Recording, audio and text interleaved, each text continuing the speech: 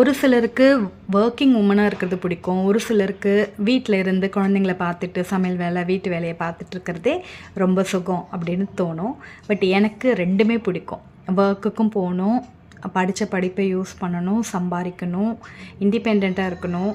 At the same time வீட்டு வேலைகளையும் ரொம்ப ரசித்து செய்கிறது எனக்கு ரொம்ப பிடிக்கும். அதை ஒரு க்ளீனிங், சமையல் இது எல்லாமே எனக்கு ஒரு மெடிடேஷன் மாதிரி தான்.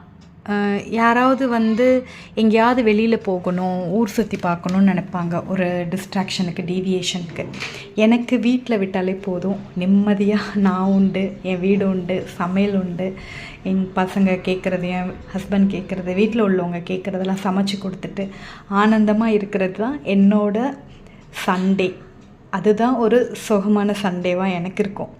ஸோ இன்றைக்கி சண்டேயில் பார்த்திங்கன்னா மீன் குழம்பு, வெண்டைக்காய் பொரியல், அப்புறம் எக் ஆம்லேட்டு, காலையில் பார்த்திங்கன்னா ப்ரெட் ஆம்லேட்டு அண்ட் காஃபியோட, அதுவும் ரசித்து காஃபி குடித்தேன். பிகாஸ் இன்றைக்கி சண்டே இல்லையா.